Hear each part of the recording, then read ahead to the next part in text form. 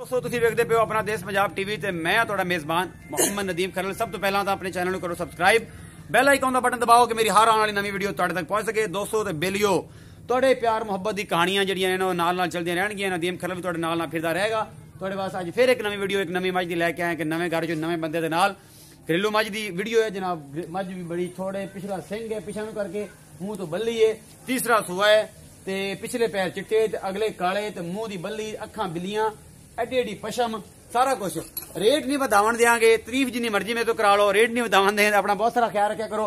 तो तुहाडे कमेंट ही जिहड़ी है ना मेरी जान कढ लेंदे ने। मैं वेखदा सारियां दी कमेंटियां, बहुत ज्यादा प्यार सारे दोस्तों का जिहड़े मेरी वीडियो शेयर लाइक तो कमेंट करते हैं। कैमरा मैन साहब पूरी मज विखाओ ना एक बारी, बाकी गल्लां फिर बाद च करने हैं। मेरे मालिक नूं पुछ लेने।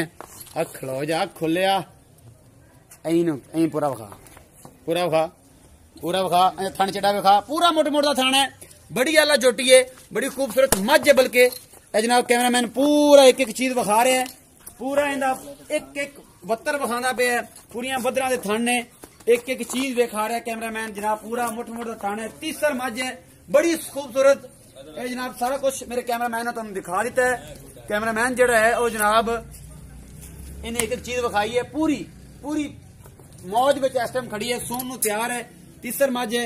मालिक नूं पुछदे हैं जनाब, मालिक साहब छड़ दो, सारा कुछ विखा लिया। इत्थे आ मेरा भरा, बंदियां वाला रेट दस, मझ किन्ने दी आपां बेचनी है, फिर दस आदा ना की है, ना दस। सैफल मलूक, सैफल मलूक, ईमान नाल सैफल मलूक। तो तेरे ते किताब लिखी जी सी। बड़ी अच्छी गल है, बड़ी अच्छी गल है। सैफल मलूक साहब, सैफल मलूक भाई जी वड्डे जे मुंह वाली मझ तेरी, पिछा सिंह सूं, जिवें तेरा नाम है उही जिहदे सिंह ने। इहदे पैसे दस। 255। 255 यार ऐ ना कर, कोई प्यार मोहब्बत है। प्यार मोहब्बत कर ला, प्यार मोहब्बत कर लोगे, प्यार मोहब्बत ही करी। सैफल मलूक ने भी प्यार किया, किताब लिखी जी सी, समझ आई। तो तू हुण प्यार मोहब्बत करेगा? कोई है प्यार मोहब्बत? दुध किन्ना कर जाएगी तेरी मझ? दुध करेगी 16 लीटर। 16 लीटर पक्का? पक्का। किन्ने दिन लेंदी सूण नूं? 10-15 दिन लेंदी। तेरे नाम नूं मैनूं बड़ा हसा दिता ते मेरे मुंह ते रौनक जी आ गई। गल है कि सैफल मलूक, बड़ी गल है। सैफल मलूक साहब 16 लीटर किन्ने दिन लेंदी? लेंदी 10 दिन है जी। 10 दिन जे सूण नूं लेंदी है। 16 लीटर दुध इंशाअल्लाह अल्लाह मेरे दे हुकम नाल करेगी।